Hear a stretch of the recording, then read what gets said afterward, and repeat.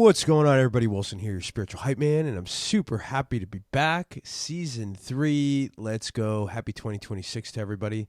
It is real time, January 21st, 11:28 p.m., and I just wanted to say thank you for everything that's been happening as far as listeners and sharing the content.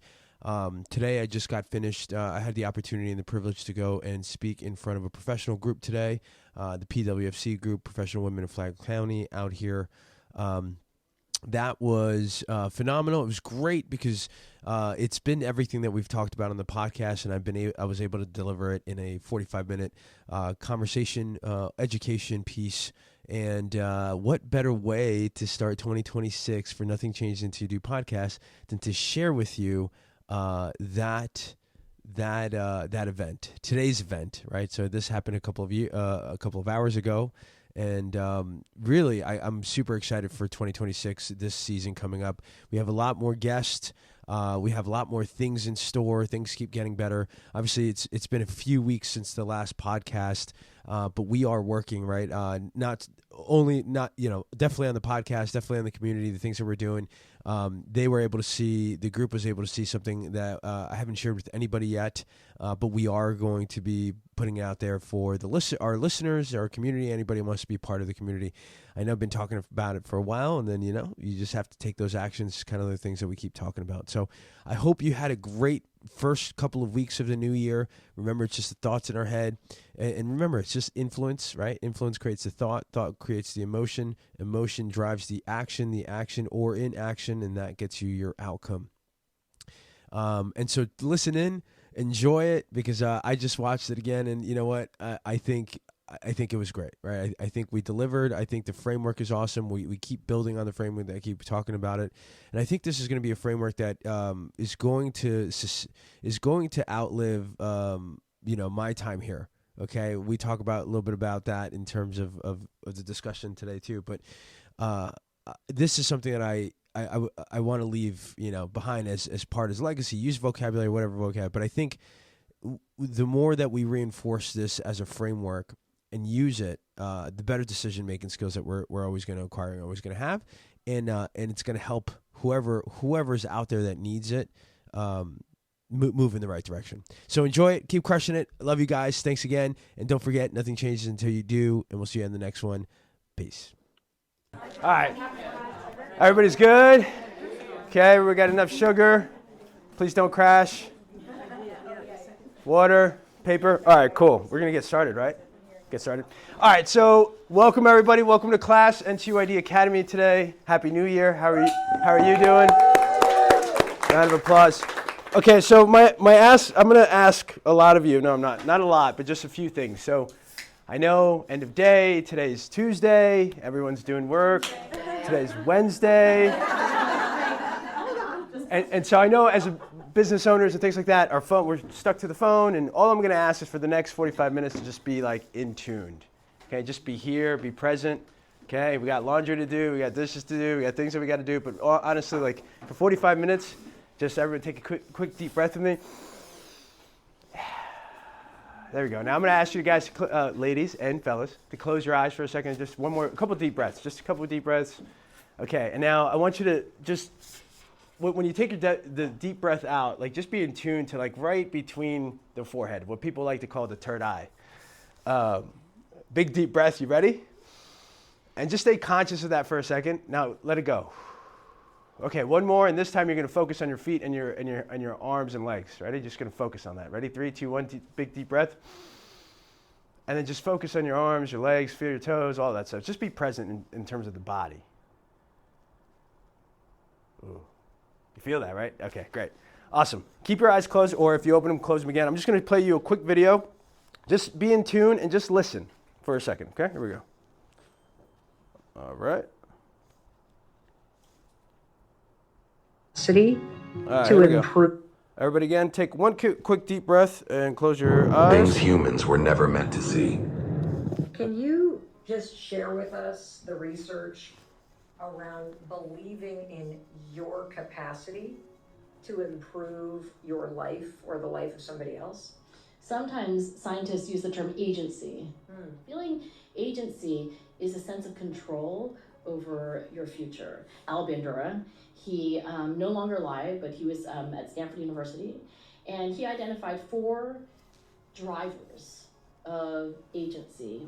When you look at what he was talking about, like if you look at the questionnaire that Al Bandura used, I can do this if I try, right? That sense of agency, I can do this if I try. 4 drivers of it. One of the drivers of agency is being in a physiological state of wellness. You can't have agency when you're exhausted. You can't have agency when you're sick. So one thing is take care of your body so that you can have that sense of energy and agency. Second was what he called verbal persuasion, but I always think like pep talks, right? You know, you're kind of down, you're thinking like, oh, I don't think I can do this. And someone comes along, maybe somebody who cares about you, and says, no, you can do it. I've seen you do it before. And he said that is a very powerful source of agency, but not as good as a third thing, which is that a person comes along, they give you a model. They show you what's possible by example. So he would run these studies, and little girls and boys would watch an adult do something like play with a toy, and they would watch behind this like plate glass divider. And then when you let them into the room and they could do whatever they want, they just did exactly the same thing with the toy as the grown-up did. We learn through modeling, and when we're not confident that we can do something and we see a model who maybe looks like us, maybe doesn't look like us, but we vibe with in some other way, we identify with them, that creates agency in us. The fourth thing was the most important thing, and that was what he called a mastery experience. I called a small win.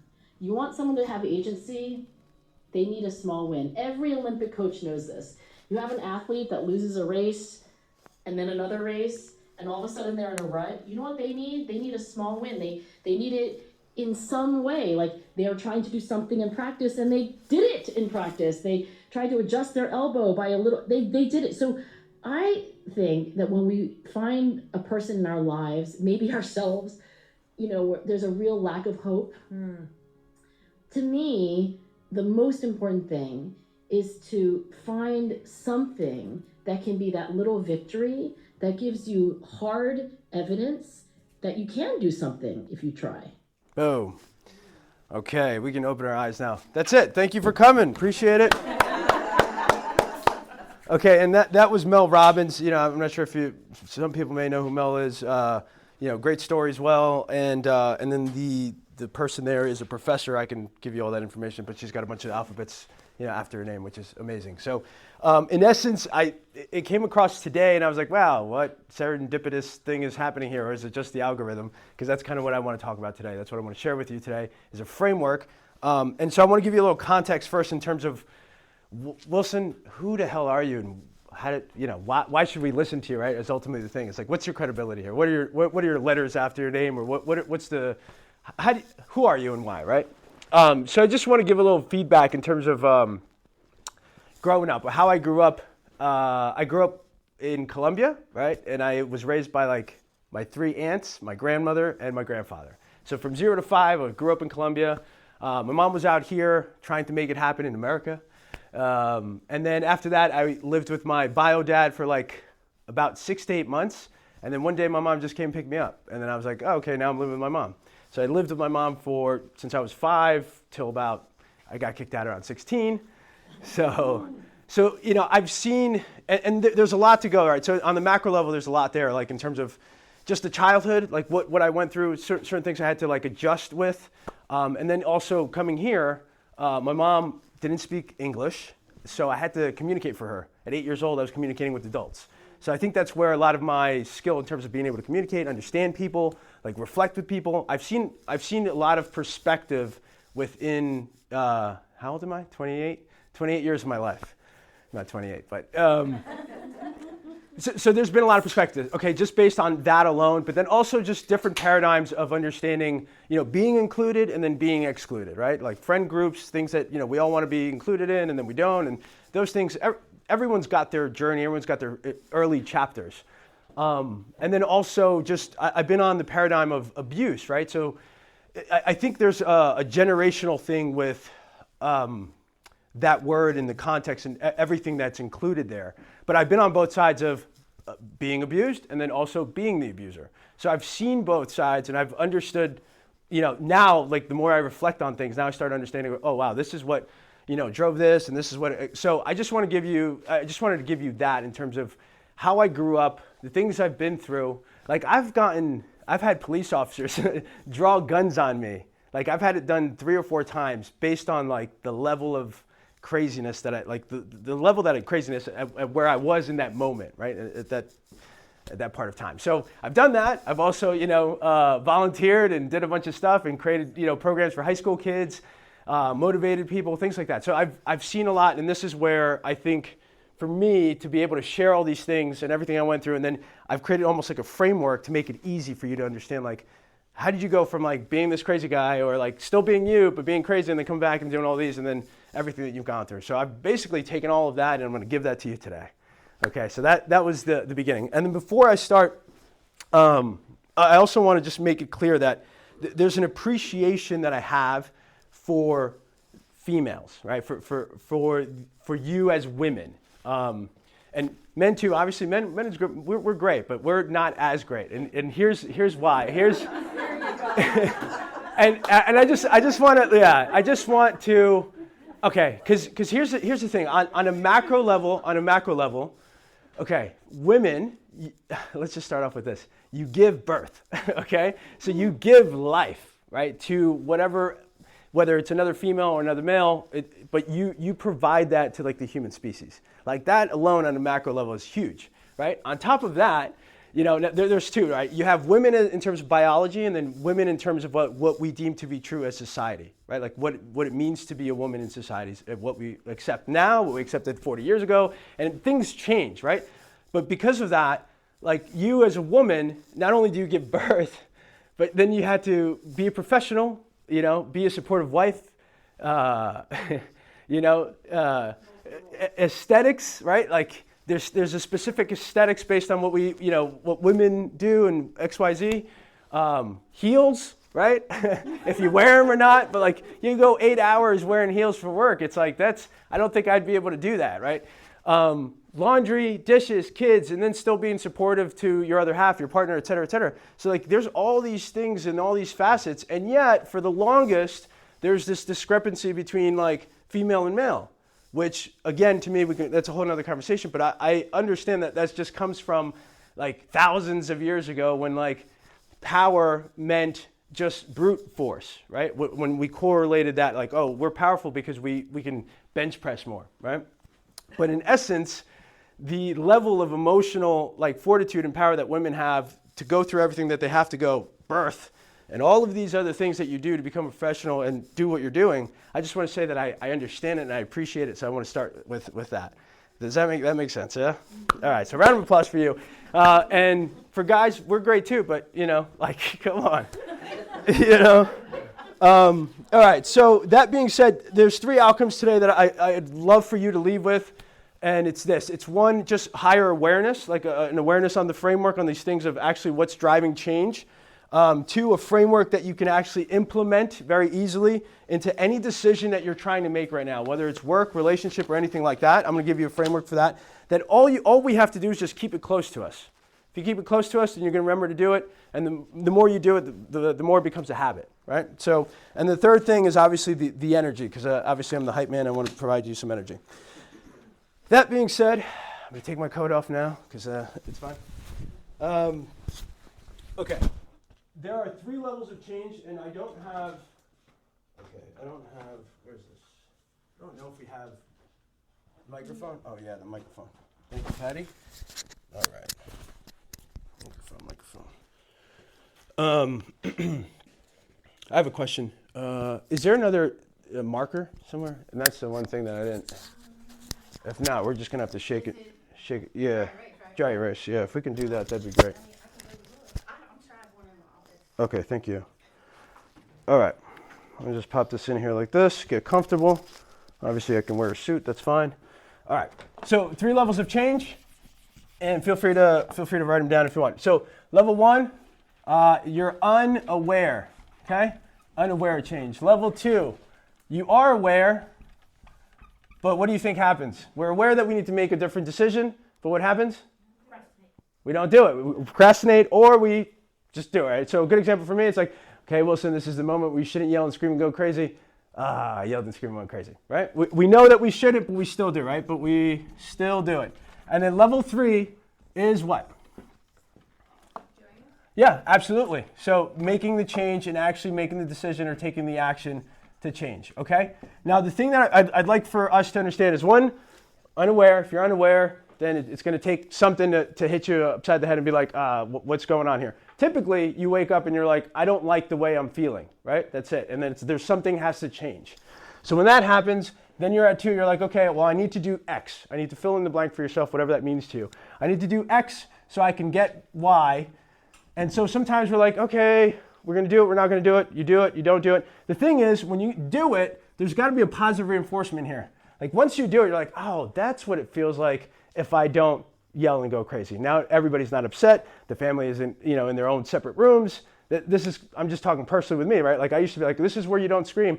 You scream, I scream. Now everyone's negatively affected. I'm like, man, this is not what I want. So let me, every time this cycle of situation happens, right? Because situations are just cycles. So if it happens again, can I identify quickly in that moment, which typically we do. If we're at level 2, we're like, this is the moment. The thing is, you have to have some sort of like emotional lever there to be like, I don't want to feel this, or I don't want to feel that future thing that I already know what it feels. And that's going to push you to level 3, which is going to be like making that decision. Now, when you get to level 3, do you think you stay there? No, right? Like, no, you kind of come back to level 2 sometimes because you haven't reinforced it enough. Just like any habit. Any habit that you do, like the more you do it, the more you do it, the more you do it, the more it becomes. Thank you. And so that's it. So that on the macro level, 3 levels of change. We're unaware, something happens to make us aware, then we know we need to change something. We try it, we go back and forth, and then as long as there's like this middle thing here that like this emotion has to be like hard enough or like strong enough, either painful enough or something enough to actually make that change happen.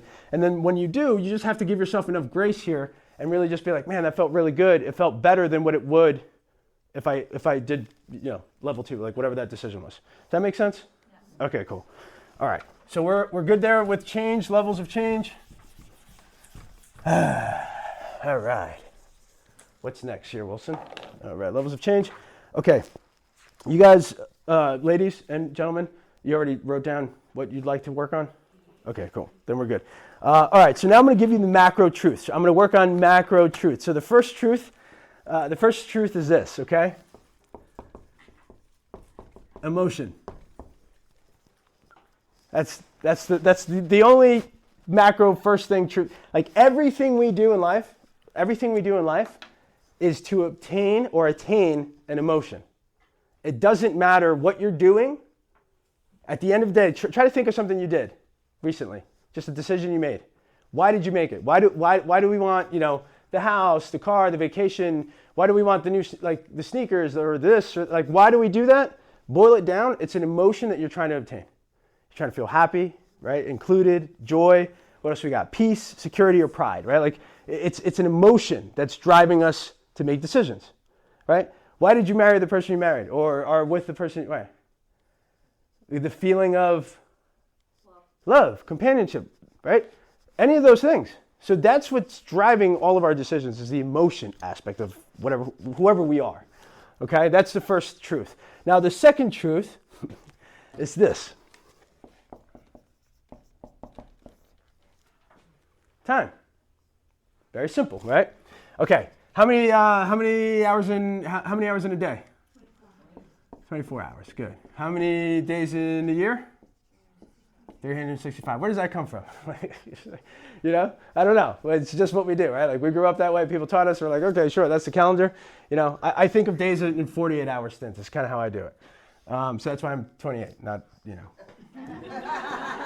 Okay, so 24-hour, 365. How many hours is that? 8,760 hours. Okay, I just did the math just now. No. Okay. So what we deem to be true is this, right? How we understand time. This is how we understand time. This is right. Good work. Do our thing. Okay. Very good. Now, the next truth. Life expectancy. Okay, CDC, 2023, CDC. Female, thank you females because you're all powerful, and male. Males are okay. No, males are great too, but you know. Anybody guess? Can anybody guess? 83, 76. Okay, all right. Close, 81.5. Okay. Males? 75. Okay. 76.3. Okay. So pause, because I just want to revert back to my appreciation. Like, you know everything you go through, and you're still outliving us. Okay? All right? Well, that's powerful, right? That's powerful. All right? And now for the guys, yeah, of course. Why? Right, because we got to deal with them, right? That's where yeah, I get it. So everyone's got a balance. Everyone's got a balance. Listen, I didn't say it. Phil said it. I heard him. Okay, cool, right? Crazy, right? Okay, we understand emotion, time, life expectancy. Now, what I'd like for you to do is, you don't have to share it with everybody, but write down your biological age, okay? And now what I'd like to do is then subtract it from this. Yeah, do it. Do it. What? My mic? Yeah, I'm recording good. Everything's good. Thanks, babe. Okay, so let's, I don't know. Let's just do an example, okay? We're just going to go 40, right? It's like a round number, wherever you are. So 40 minus 81, what is that? 41.5, right? Okay, good math. Okay, so if you're around, is that right? Yeah, that's right. Okay, what about for males if we're 40? That's wonderful. Beautiful math. Okay, I was just at that problem. Okay, yeah, so depending on where you are, based on 40, does anyone want to share how many years they have left? 43. 25, right? So like 43. All right. Okay. Now, yes. So everyone's got their number? Everybody's got their number? Yeah. Kind of nuts, right? It's kind of crazy. So, okay.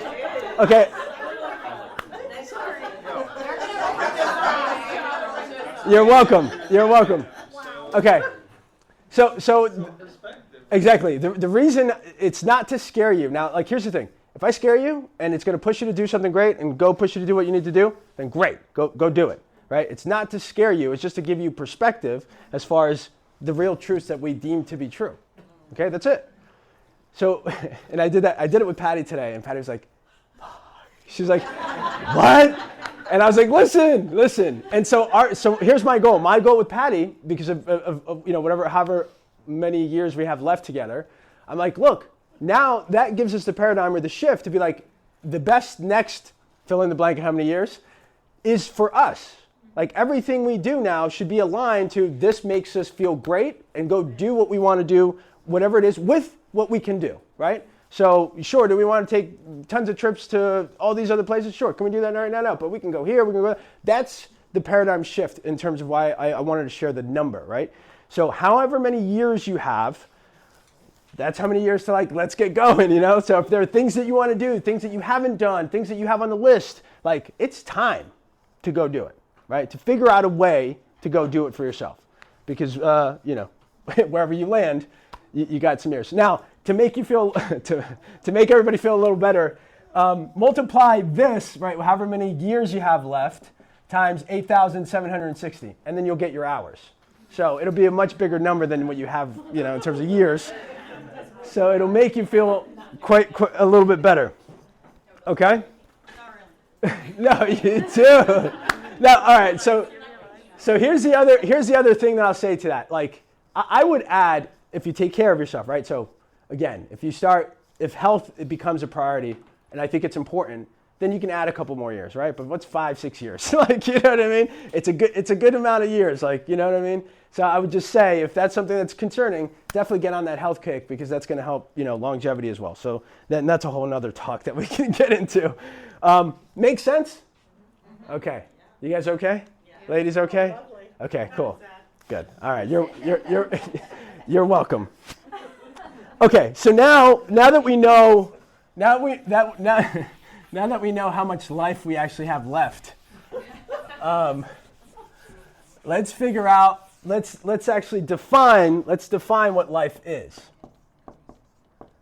So, real quick, can anybody help me define, what's your take on life? If I were to ask you, hey, please define life for me, what would that be? No answer's wrong. Energy and motion. Oh, I love it. Energy and motion. I like it. I'm going to put that over here. Energy and motion. I love that. Anybody else? Happiness. Happiness. Good. What is happiness? Travel. Good. What is this though as a travel? I love it. It's a what? Emotion. It's an emotion. Oh, see, going back to emotion. Decision making. Decision making. Love it. Opportunities. Anybody else? Growth. Okay. Perspective and life experience. Health, and then what was back there? Perspective and life experience. Perspective. Family. Experience. Family. Good. Okay. Very good. Anybody else before I cut it off? Going once, going twice? Change. All right. Very good. Cool. So I feel like all of this definitely incorporates life. So I'm going to... You ready? I'd like for you to write this down, because this is it. This is it. This is why we came here today. Well, part one. Okay, so life. Life, in essence, is an accumulation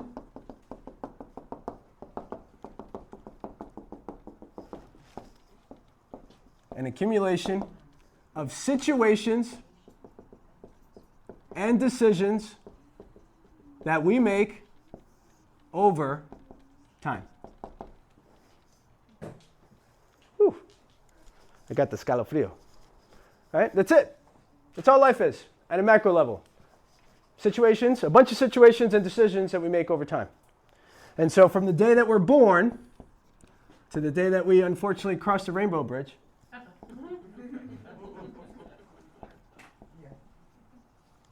we go from situation to situation to situation to situation, and we make decisions. And those decisions then bring us to our outcome, which ultimately becomes another situation.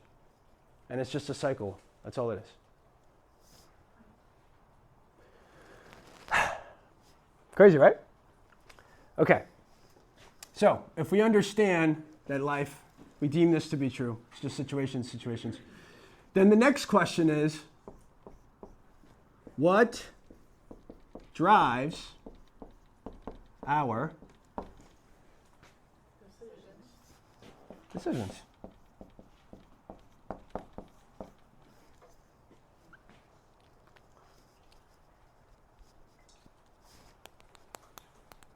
Okay. Did we write this thing down? Because this thing is that's my next back tattoo. I'm sorry? The belief system, for sure. Belief system, and you're right on it. Exactly. And I'm going to break that down even more. Okay, so everybody good here? Okay.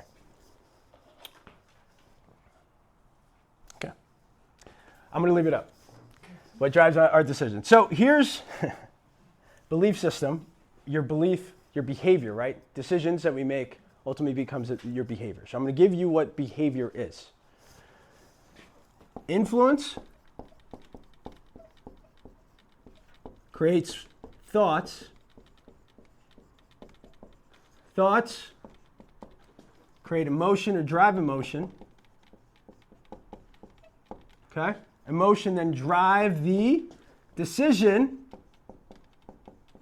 which could be an action or an inaction, then produces your outcome. So I'm going to give it to you one more time. Influence creates thoughts. Thoughts create emotion. Emotion drive a decision. It could be an action or an inaction. And that creates an outcome. Okay? This in essence is your behavior.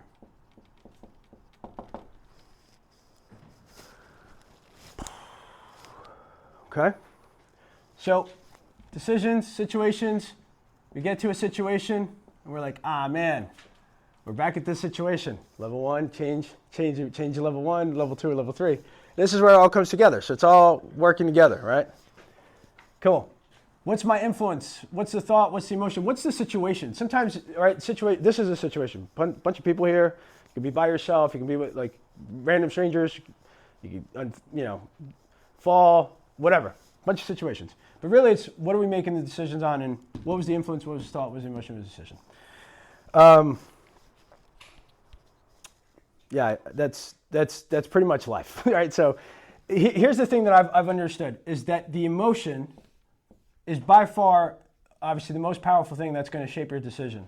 And ultimately, when you get to your outcome, which is going to be another situation, right? So once you get to this outcome, this is another emotion, right? So remember I said in the beginning, I said all we do in life, we make decisions to get to an emotion, and this is the cycle. So influence, thought, emotion. Emotion then drives the decision to get back to a different outcome, which gets you to another emotion. And it's just like a cycle. So all we have to do is identify the outcomes that we're not happy with, or the emotion in life, and then reverse engineer it. That's it. And that's how you can really start fostering some changes, in your life, the things that you really want to change. So I'm going to give you an example. I'm going to give you 2 examples, right? I'm going to give you 2 examples here. So some of you may know that I hop in the ice bath, right? 45 degrees. Now, people are like, why would you do that? It's kind of ridiculous. So I'm just going to take you through my influence. Okay, influence, health, right? Like, I've always been an athlete, always wanted to maximize, whatever that health, feel good, etc. Thoughts, hey, if they could do it, I can do it too. I want to win. That pumps me up. My emotion, I feel really good about what I'm about to do, even though I don't want to. And the other thing that I think about here, so I guess my thoughts, is the emotion that I'm going to feel once I get here, right? Because like jumping in the first 30 seconds, for people that have jumped in the ice baths, sucks, right? It sucks because it's like, blah, blah, blah. But if you can just get past it and you get to it and then you get out, that feeling that not only biologically you feel and you feel proud of yourself, like it's an amazing feeling that then leverages next time I go to make that decision. Next time I'm like, oh man, I don't feel like doing it. And I've done it. I'm like, I know I got to hop in the ice bath. I'm like, babe, I'm hopping in the ice bath. 45 minutes later, it's like, all right, now I'm going. Because it took me a minute to get there, but I had to just leverage the emotion of knowing that like, it's going to make me feel way better when I do it than not. And that's the example in terms of like how you make your decisions. You really have to leverage like that emotion. But how do you do that? Without thoughts. Well, you have to do it with your thoughts and influence, right? And so what I would say is right now, and I'll give you one more example, and then I'm going to turn it over to you so you can pick one thing and let's just reverse engineer it, and then I'll have a few more things and we can call it a day because it's already been 3 hours. Now, does this make sense? Yeah. Okay. Following step by step, right? Okay, cool. Very good. My other example, and this is on a personal level, so I'm going to share a little bit of the personal stuff that we've dealt with and I've spoken with you about. So, Patty and I have been together for over 10 years, going on 10 years. First 4 to 5 years of life, crazy. Okay, crazy. We just influence thoughts, emotions, all over the place. Where she came from, where I came from, et cetera, et cetera. And then there was a moment here, I guess between here and here, where there was a lot of emotional, there was just high emotion, okay? Very high emotion, a lot of arguments, screaming, jealousy, all these things mixed, right, in the relationship that we've all dealt with before at some point. And all of this, my previous influences of the way I grew up, things that I'm upset about, thoughts of not being good enough or not having enough, or how are we going to make rent, how are we going to do all these things, definitely created a boiling pot of emotion, right? And if anything set me off, I would blow up, go crazy, and to a certain extent, I would put my hand, like physical stuff. And so that, the aftermath, the outcome that I would get right? So the outcome that I would get from those decisions was a terrible, terrible feeling. It was like I just felt like the worst person in the world the morning after. That feeling was the feeling that made, like, there was a point where I felt Patty, like, this was us before, and then I felt Patty and I sort of, and I understood that it was me doing that based on the decisions that I was making. And so I became aware of that, and then all of a sudden I was like, you know what? I was like, how would it feel if she wasn't here next to me? And that emotion was so much more powerful than whatever the hell else I was feeling here, that I allowed myself to, be in the wrong. That changed. It like changed. I was like, I can't do this anymore. Because if I continue, I'm going to be by myself. And that was painful enough for me to like make the change. So that's on the personal level, right? So again, I share that with you to share, like, be vulnerable to a certain extent, and let you know, like, everybody goes through their ish. Everybody's got their stuff. And so that's where a lot of this has come from, to really understand who are you in the situation, what's influencing you to make that decision, and then what changes do you really want from your life. And so this framework, if you keep it close to you, I'm going to share a link with you that you can actually take this home with you. You can download it. There's a bunch of other things that you can fill out. But this is the framework now that I use if I find myself needing to make a decision, whether it's business, whether it's personal, et cetera, but it helps really giving you a framework to fill all these things out. Now, have you heard of the why, ask yourself why 7 times, right? Some people, okay, so there's a study, and again, a bunch of professors, things like that, but it's like, just ask yourself why 7 times and you finally get to your root cause of why.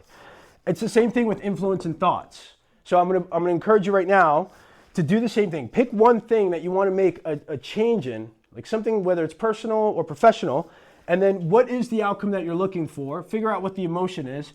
What was the decisions that you're currently making? And then take yourself, reverse engineer it. But I would say go deep with this, right? Give yourself the time to reflect on what is the influence. Did I grow up that way?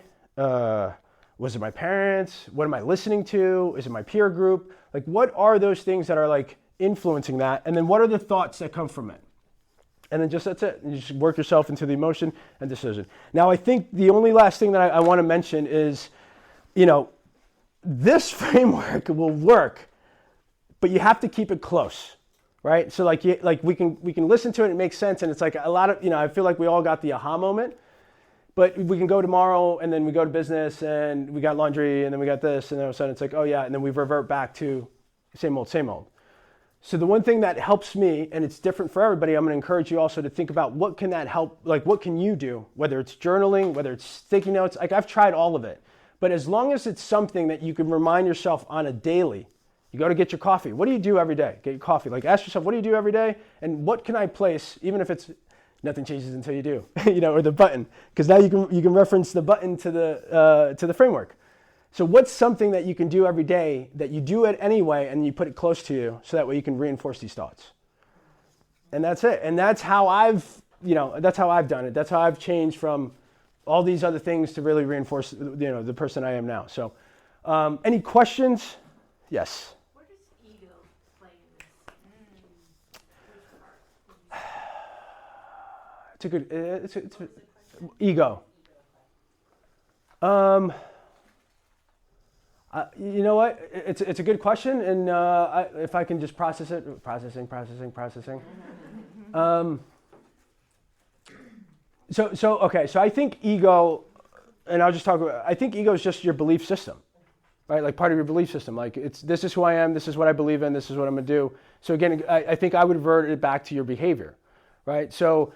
If you feel like you're the person, like I'm going to build XYZ, like go build it, but then how are you making your decisions, right? And for me, I feel like at the most common denominator is it a positive thing for you and others, right? And if that's your ego, then go do it. Like if you have a positive ego to like go help build people up, then go do it. But if it's a negative thing, if we're talking about like a negative thing that gets in your way, then I think that's just more of you trying to figure out, okay, why is it negative, or why is it impacting, or what's the influence, thought, emotion, and decision of that negative ego, right? And I think it's just a vocabulary term in terms of what we've created as far as ego. Because what is ego to you? Ego is, you want to push down the ego, in my Yeah, but what is ego? So how do you define it? Right. Right. Fame or glory And you know, instead like of the emotion is actually not a healthy one. There you go. Yeah. Ego is how you're viewed by others, like how you want to be viewed, I think. Yeah, yeah. See, yeah, and I think it's all correct, and you know, I don't think there's a right or wrong answer. I just think ego is a vocabulary word that we use to you know, sort of say, hey, this is why I'm doing like this is why I'm doing X. This is why I want to feel good. It's like, no, I think everybody here wants to feel good, like right, like, and I don't think that's a bad thing. I think it's just more of like, what is that thing that makes you feel good, and does that align with positive or negative in terms of I would say health, what you're affecting. But yeah, I'll ponder more about that. I'll pontificate more about the ego and forget that. state of mind. State of mind? Well, Yeah. I think if I can talk about ego, I think ego, I feel it's more negative, right? It's what will stop you from getting past point 2 to 3, your first thing, right? Because your ego tells you that you don't need to be better, or I'm good enough, or I'm proud, or I'm better than others, or I'm too proud, or It can almost be level 1 because you're unaware that Right. you're unaware that what you're doing is not so. full I action. mean, they always say let go of your ego in order to move on and manifest and go where you need to go. Because if you hang on to your ego, Yeah. Oh, go ahead. I think society has dictated ego as a negative. Yeah. Because I'm on my phone Yeah. because I looked up the word. Yeah. And it says a person's sense of self-esteem or self-importance. Yeah. So when you translate that into someone's self-esteem, Yeah. that's not generally a negative. That Yeah. would be just an emotion of, wow, I did something good. Yeah. Even to yourself. So I think society has made the word ego and the connotation more negative Yeah, I agree. than what the actual meaning is. I would agree with that, and I Does that think make sense? yeah, and I would say yes, and I would say I think we hit on like what ego, belief, right? Because like even the ego. Let's talk the ego real quick. Like what?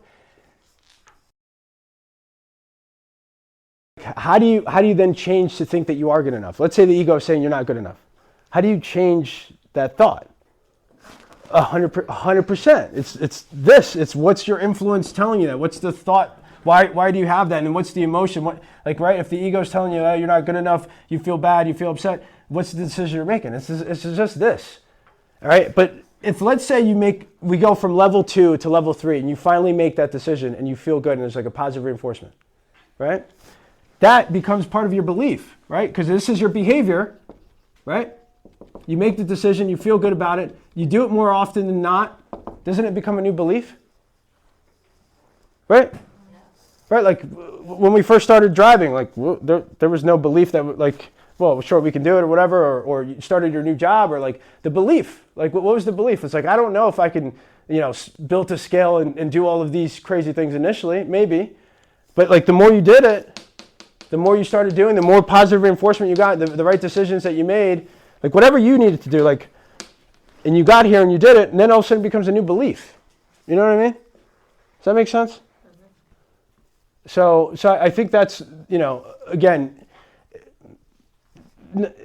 you can give whatever vocabulary word you want or assign to it, but at the end of the day, you're moving towards an emotion, and this is what's creating your decision-making skills.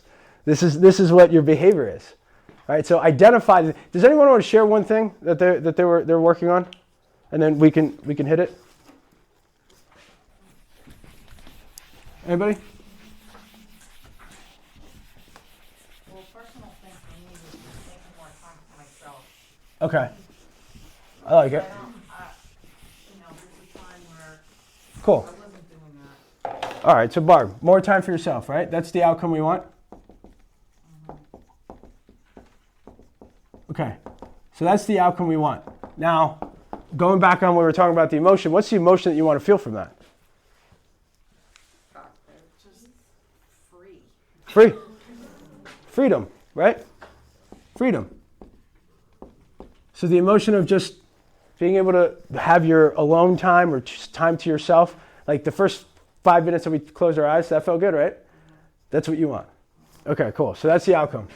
So let's just work backwards. So we got influence, And you don't have that right now? Thoughts? What's next after thoughts? Emotions. And then? Decisions. And then? Outcome. Okay, decisions. We know what that means. Okay, so what's not currently happening? You don't have that much free time? I don't make the time You don't make the for time. myself. Okay. Okay, so where would we put I don't make the time as far as like what are the thoughts in your head? So where does that come from? Like what's the emotion? So okay. So you do more. So you just keep doing is what we're doing, right? Like that's what's happening. You keep doing, you're not doing this. What's the emotion that's driving like I got to go, I got to hustle? Like what's that emotion? Scarcity, lack, like what's the thing that's driving you to do those things? Just, frustrated, overwhelmed, like so much to do, and how do I, time is a big thing. Okay. So we already know that we already got the equation on time, right? Okay. Cool. Say no? Yes, I hope that down. So when you go to take all these tasks on, like what do you okay, so I guess you're thinking frustration is that, and what are your thoughts? So there's not enough time? I got to do it all? Yeah. I got to do it all? Okay. Where does that influence come from? Where does this do it all come from? I don't know, I just feel like I've always had to do it all. Society. From when? From where? Society. Society for sure. But family? Growing up, like what was that like? Did you have to take care of people? Did you have to?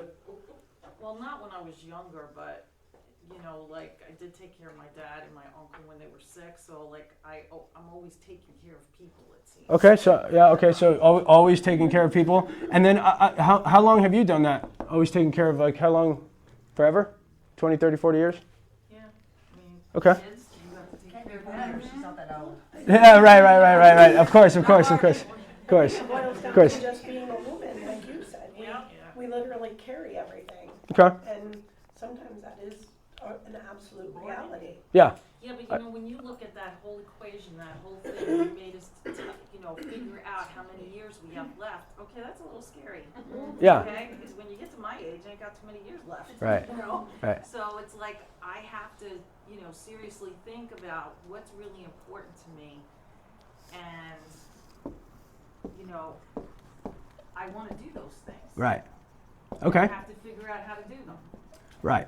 So what's really important, right? And okay, so here's how I would, just for the few minutes, you've been doing it for a while. Sick dad, sick brother or uncle, kids, doing it all. So I would say your influence is to be that person that you got to take care of things for everybody, pretty much, right? So you've done that for 20, 30 years, right?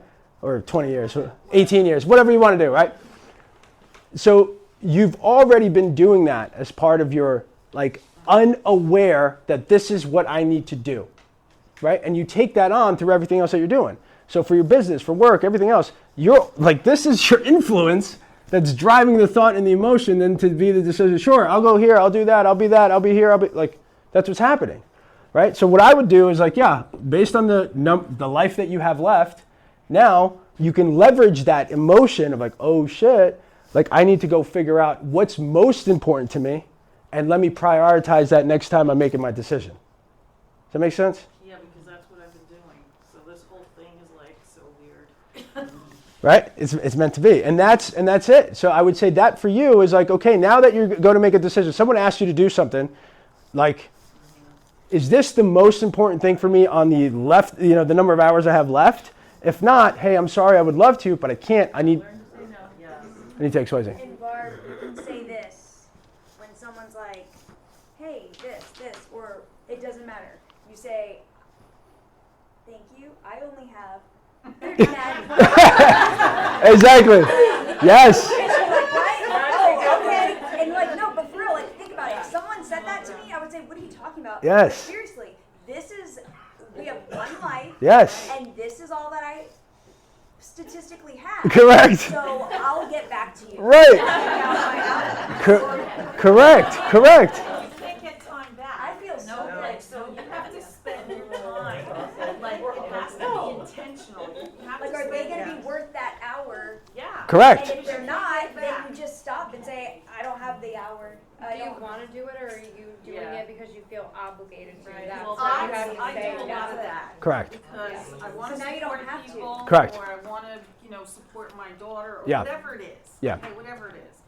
I feel like I can't say no because they did this for me, or they did, they helped me. Correct. So now I have to give I back. feel that. Correct. I Yeah. don't know. But now you have a framework, right? And same thing, and that's what I'm saying. So what you were saying was, I think the biggest driver of change, I've said this before, is the emotional connection that you have to, is it going to make me feel this way or is it not, right? Pain or love are really the two levers at the end of the day. Like you're going away from pain or you're moving into love. And that's it. So like, if you need to make that decision, figure out, is it painful enough for me not to do it if I waste my time because I only have this amount of time? Or, the opposite to love. But that's it. Like those are the two main levers. This is the framework. Fill in the blank. Call me when things happen, Yes. I heard once somebody say, just identify your true north. Like what is the most important thing in your world and let your decisions be based off that true north. 100%. So it kind of keeps you grounded and focused on what you really want to achieve. Correct. So if it's travel, then your decisions are going to be based off 100%. the things that get you to travel. If it's your family, then it's going to be based, and you can have multiple true Yeah. norths, but you don't want to let things sideline you. 100%. And I'm right aligned with that. And I would just say, I would add to that, travel, you're trying to obtain that emotion, right? Whatever your true north is your true north because you're trying to obtain whatever that feeling comes from what you're doing. So, yep. Do you believe in manifesting things? Manifesting? Yeah, why not? Yeah, manifest the hell out of it.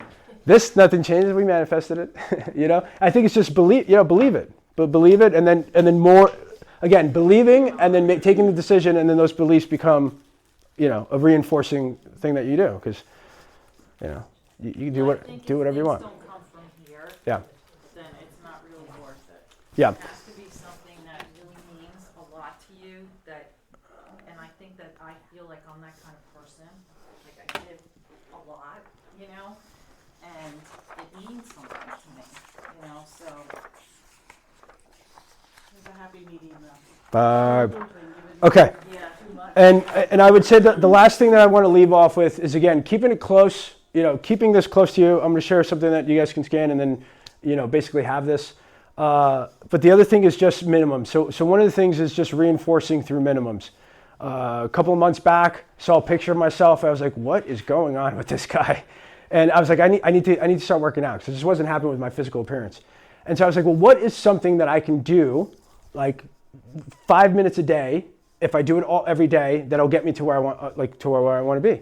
And that's where I came up with for my own self, I came up with the concept minimums. But it was literally like, what is the most minimum thing that you can do that takes minimum amount of time for you to move towards that goal, that it'll take you 5 minutes or 10 minutes tops, or even 12, 15 minutes, nothing, right? Compared to your 24 hours in a day, but that you can consistently do every day. And that, after, I wish I could show you the face. The before and afters were incredible. And I did about I think it was almost 90 days.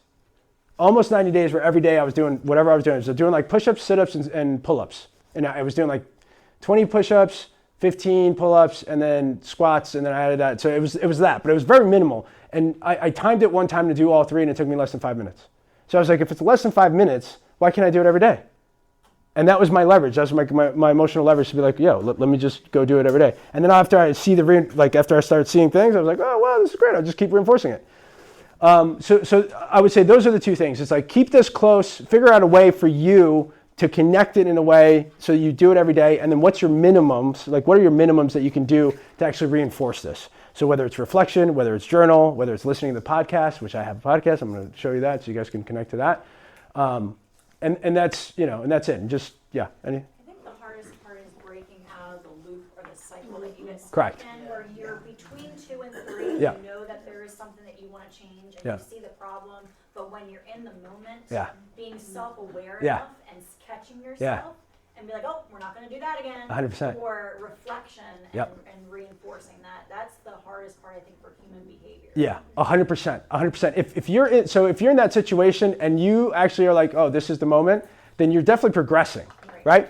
And if you decide to take the action anyway, then the next thing to like quantify is how long between this incident and the other incident, right? So for me, it used to happen like weekly. Every weekend I'd be like, and then all of a sudden it's like, not every weekend, then every other month, or what, like, and then it was nothing.